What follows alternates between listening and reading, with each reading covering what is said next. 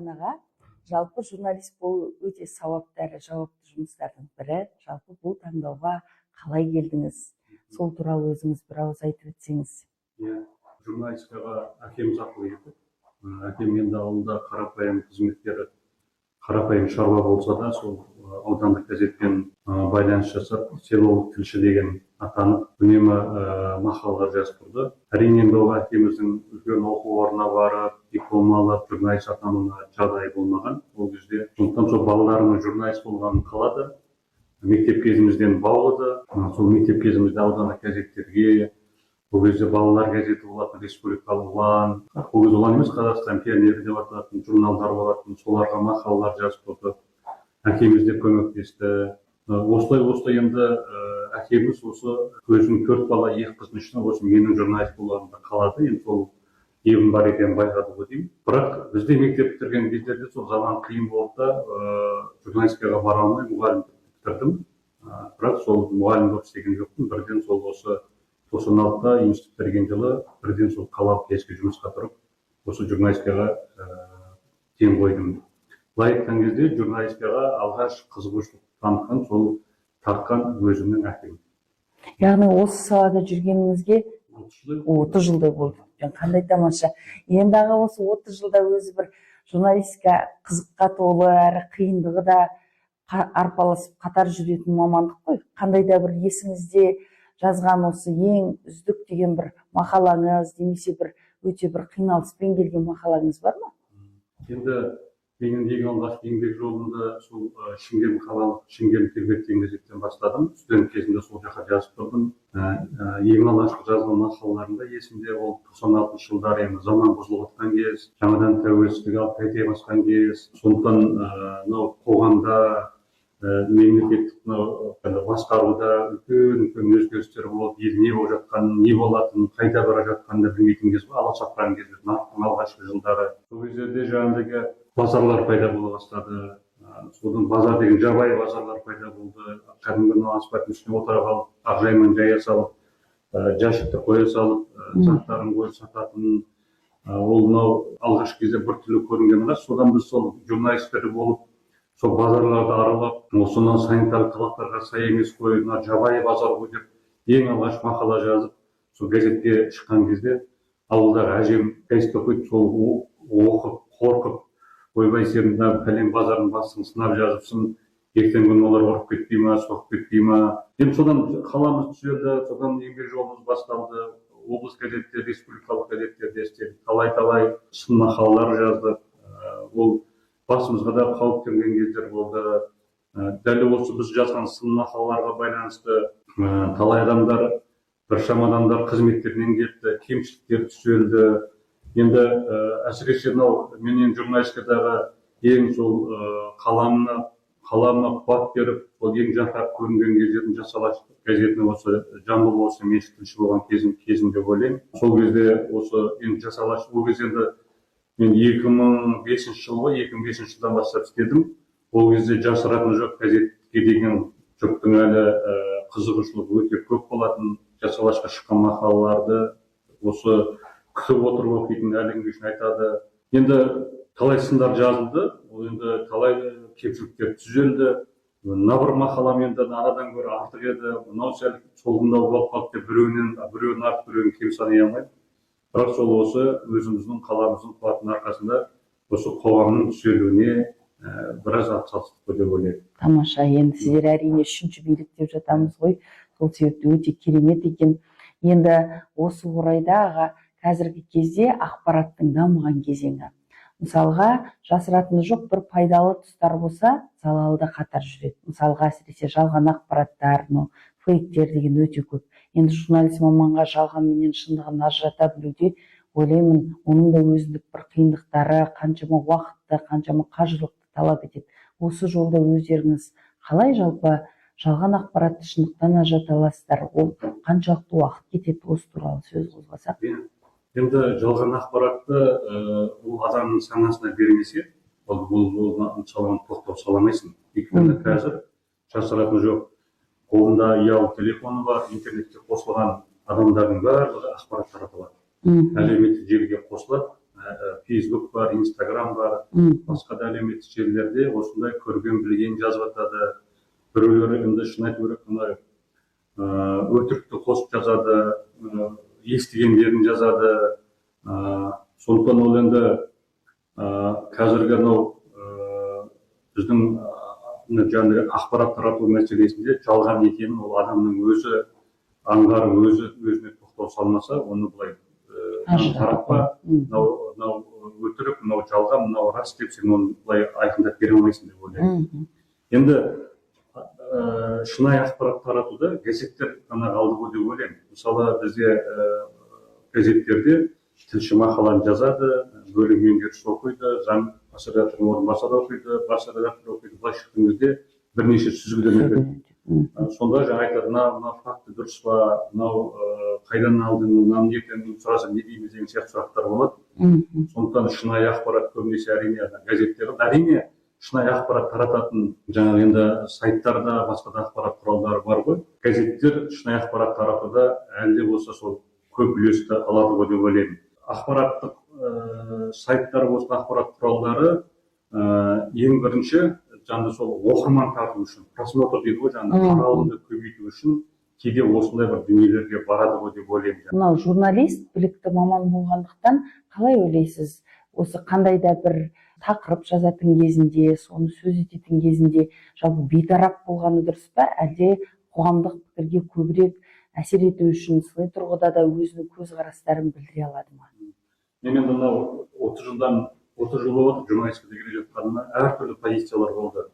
Бізде жасалаша жүрген кезде біз мысалы бір ауданға барып, осындай бір кемшіліктер анықтаған кезде, оны екінші жақтың тараптың білдіру ондай талап болмайтын. Мысалы мен бір талас ауданына бардым, бір кемшілікті көрдім, соны алып келемін, сол жазамын, газетке жазып. И ол газетке шыққаннан кейін бар, келесі нөмірді ол аудандық әкімді сол газетте шыққан мақалаға байланысты ол былай еді деп не беріп жатады, жаңағы түсініктеме беріп жатады, жаңағы осындай. Оны газетте жариялайтын, мына осындай газетте шыққан сынға байланысты аудандық әкімдік мындай жауап жіберді, былай екен деп жаңағы. Ал енді қазіргі жағдай мүлдем басқаша. Мысалы қазір қандай да бір кемшілікті көрсететін болсаң, журналист айтып отырмын. Журналист бар кемшілік көретін болса, міндетті түрде екінші жаққа шығып, бұл кемшілік не үшін болды, оған байланысты не айтасыздар деп әкімдіктің ресми органдарының жауабын береді жағдай. Және де бұрынғы журналистикада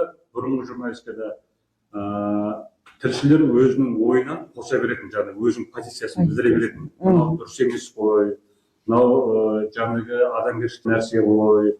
Ол әлі мысалы енді сот болмай жатып, әлі ешқандай да бір үкім ештеңе болмай жатып, ол өзінің журналистер өздерінің позициясын ашық ете беретін.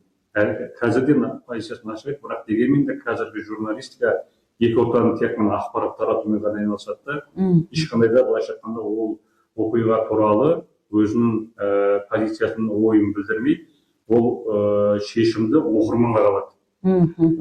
Жаңағы не бір сұмдықтар болып отыр, мысалы жаңағы осыған байланысты мысалы не бір, бірақ енді сол біздің журналистер оны сондай оқиғаның өткенін ғана береді да, ал ар жағы оқырманның, көрерменнің еншісінде ол адамды азғын дей ма, нашар дей ма, жоқ біреулер ақтап ала ма. Сондықтан қазіргі журналистика өзгерді. Қазіргі журналистикада тек қана ақпаратты шынайы жеткізу болды. Өзінің позициясын өте аз білдіреді.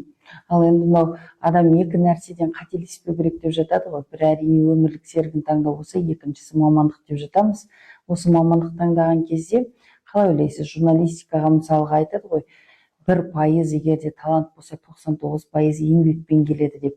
Ал енді қанша еңбектенсе де кейбір адам енді жазу өйткені өте ұлы өнер болғандықтан, кейбір адам қанша еңбектенсе де талант болмаса қиын болып жатады. Осы орайда қаншалықты мынау алтын ортаны ұстай білген дұрыс деп есептейсіз? Бұл журналистика саласына қаншалықты қатысы бар әңгіме? Негізі енді былай үйінетін журналист маманы деп айтатынын, егер журналистті таңдаған болса, оның ебі болу керек. Ебі болғанда да ол сол мамандығына деген қызығушылығы болу керек деп ойлаймын. Қанша жерден ол еңбекқор болса да, ол күндіз түні жаза беретін болса да, одан бір не шықпайды, бір дән болмаса егер жазғанында. Сондықтан егер мына біздің жастар журналистиканы таңдады ма, сол мамандыққа деген өзінің бір адалдығы болу керек, қызығушылығы болу керек. сол мамандығы арқылы елге, жұртқа танылуды, және де өзінің қаламының қуаты бар екенін, бойында бір сондай журналистке деген бір ерекше бір қабілеті бар екенін білдіру керек деп сездіру керек деп ойлаймын. Бізде журналистер көп. Мысалы басқа салаларға қарағанда біздің журналистиканың бір ерекшелігі бізде дипломға қарамайды. Мысалы ол мұғалім бола ма, құрылысшы бола ма, тіптен дипломы жоқ бола ма, оған қарамайды. Ол егер өзінің жаңағыдегі жаза алатын, мәселе көтере алатын дәлелдесе, өзінің жазу өнері болса, ол кез келген редакциямен жұмыс қыла береді. Мынау біздің журналистикаға келгендер жаңа айтып жатқан өзінің журналистиканың адалдығын таныту керек деп айтып жатқанымыз, мен қолымда қалам бар екен, мен осындай ақпарат тарата алады екен деп. Журналистің енді негізгі міндеті ақпарат тарату десек, ол ақпарат өзінен өзі келмейді, ақпарат бізде керек. Жаңағыдегі ал енді журналистің адалдығы ол бізде керек өзі. Мәселені көре білу керек. Іздеп жаңағыдай осындай қандай да бір мәселе болып, далада бола ма, қалада бола ма, ауыл шаруашылық білім саласы бола ма, денсаулық сақтау саласы бола ма, соны жаңағыдай проблеманы көрді ма, ол сол ресми органдарға барып, олардың пікірін біліп, елдің пікірін біліп, сол ортадан өзінің бір жаңағыдай ақпарат тарату керек деп ойлаймын. Бұл туралы ойым осы. Тамаша, бәрекелді. Енді аға, өзіңіз осы аталмыш саладағы өте майталман мамансыз, өңірімізге белгілі танымал азаматсыз. Осы орайда сізге де шәкірт болғысы келетін аға, өзіңіз қандай да бір мені осы журналистиканың жазу қыр-сырын үйрете аласыз ба дейтін азаматтар мен азаматшалар болды ма жалпы жастар арасынан? Иә, енді әрине, осы жылда өткеннен кейін барып енді шәкірттер болады ғой. Мысалы енді біз енді жас алашта жүрген кезде біздің қаламымызға қызығып, жалпы журналистер, мықты журналистердің қаламына қызығып, осында келіп журналистикаға ат басын бұрып, солар сияқты көрінгісі, солар сияқты мақала жазғысы келген жастар өте көп. Қазір енді біздің Тараздағы Тараз мемлекеттік университеті өңірлік университетінде журналистика факультеті бар. Сол жерден мамандар бізде қазір де осы редакцияда жас мамандар, жас студенттер жүр осындай. Енді қанша жерден шәкірттер көп болса да, біздің журналистика бәрібір мамандарға зәру. Қандай мамандарға зәру? Сондай төселген тәжірибелі мамандарға зәру. Әрине тәжірибе деген ол бір күнде келмейді, ол бірте-бірте пайда болатын нәрсе. Сондықтан жалпы біздің газетке жаңағыда өзің айтқандай үйренсем, мақала жазсам, сондай журналист болсам деген жастар келеді. Сосын барып бір-екі жыл жұмыс істеп үйренеді, сөздің қадірін біледі, мақаланы қалай құрау керек екенін, мәселені қалай іздеу керек екенін біледі. Сосын жасырақ жүріп көбісі Астана Алматыға ауысып кетеді. Басқа үлкен басылымдарға, одан кейін барып біздің журналистердің алдында кең өріс, мысалы журналист мамандарын басқа салаларға тартып кетіп қалады. Қазір барлық басқарма, әкімдіктер, министрліктер, басқа да ведомстволарда баспасөз қызметтері деген бар. Сондықтан енді жаңа әңгімеміздің басында айтқандай, білем, үйренем дегенде көп, қалатындар, жаңа адалдық танытқандар өте аз. Ал енді болам деген баланың бетін қақпа, белін бу дейтін қазақпыз ғой. Келешектегі осы біздің экранның ар жағында көріп отырған біздің жастарымыз болатын болса, жалпы журналистиканы таңдап, осындай адалдық тұрғысынан соңына дейін барамын, қаламым мен қағазымды серік етемін деген жастарымыз болса, соларға мына білім нәрімен сусындап жүрген жастық жағынан бастап, мектеп табалдырығынан бастап, өзін икемділігін арттырып жүрген жас таланттарымызға айтатын ағалық ізгі ниетіңіз болса, және не нәрсені білуі тиіс, сол туралы өзіміздің әңгімеміз, сұхбатымызды аяқтасақ. Рахмет. Енді жаңа әңгімеміздің арасында айттық қой, мына біздің енді Тараз өңірлік университетінде жыл сайын 20 ма 30 ба сонда журналист бітіреді. Қарап отырсаң бізде өзі 3 газет бар. Осы облыстық газет, бір телеарна бар. Енді басқа да жекеменшік телеарналар көп қой. Бірақ үнемі журналистер таппай жатады. Келіп істеймін дегендер бар. Біріншіден олар енді қиындығын көріп кетіп қалатындар бар. Екіншіден осы жұмысты меңгеріп Астана, Алматыға ауысып, басқа да салаға ауысып кетіп қалатындар бар. Сондықтан біздің мына жас журналистерге айтатын ең біріншісі еңбекқорлық керек деп ойлаймын. Журналист үшін еңбекқор болу керек жаңағыдай. Екінші мәселе бұл көре білу керек деп ойлаймын. Қандай бір мәселені ол жаза берсең мәселе көп, жаттан да әбден жауыр болған мәселелер де бар. Біздің кейбір журналистер соны жазып жүре береді. Ана жерде жол маңдай, ана жерде су жоқ, анауға барсаң автобус жоқ деген сияқты жаңағыдай сондай бір. Бұл журналист әрине ол енді күнделікті проблемалар жазғаннан бір бөлек осы мынау басқалардан ерекше болу үшін басқалар көтермеген тақырыпты жазуға, басқалар сұхбат алмаған адамдарды көрсетуге, сондайға ұмтылу керек, жаңашылдыққа ұмтылу керек деп ойлаймын. Сосын журналист үшін ең басты нәрсе бұл батыл болу керек, қорықпау керек. Журналист неден қорқу керек, білесіз ба? Журналист егер өзінің жазған мақаласы, ақпараты, сюжеті егер ішінде бір өзі сенбейтін, өзі көзі жетпеген нәрселер болса, содан қорқу керек. Ол ертеңгі күні ол өзінің алдына шығады. Ол егер соны сұрау болған кезде, егер жаңағыдай сол бұлар сынаған кісілер егер шынында сотқа дейін баратын болса, бұның егер өтірік екені рас болса, бұл енді жазаға тартылады. Журналист сол өзінің ақпаратының сенімді емес екенін ойлап қорқады. Ал егер өзіне сенімді болған журналист ештеңеден қорықпайды. Ол кез келген жерде дәлелдей алатын болса, ол жазу керек. Осындай енді адами факторлар, әрине біреулер мысалы біздің журналистикада біреулер енді қорқытуы мүмкін, осындай біреулер тамыр таныстыққа салуы мүмкін, адам салуы мүмкін, осындай ондайларға жығылатындары бар.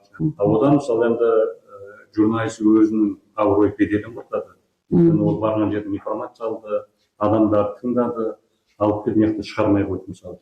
Ол мысалы ертеңгі күні олар сенбейді мысалы. Сондықтан осы үш нәрсені журналистер есте ұстау керек деп ойлаймын. Еңбекқор болу керек, жаңағыдай батыл болу керек, жаңағы ешкімнен қорықпайтын. Сосын барып жаңағыдай кез келген мәселені көре білу керек. Осы үш нәрсені ұстап алса, журналистер өзінің мақсатына, өзінің биігіне жетеді деп ойлаймын. Бәрекелді аға, өзіңіздің алтын уақытыңызды бөліп бүгін біздің оқырман қауымменен жалпы өзіңіздің тұшымды ойларыңызды, ағалық ізгі тілегіңізді білдіріп жатқаныңыз үшін біз алғыс білдіреміз. Сізге шығармашылық табыс тілейміз.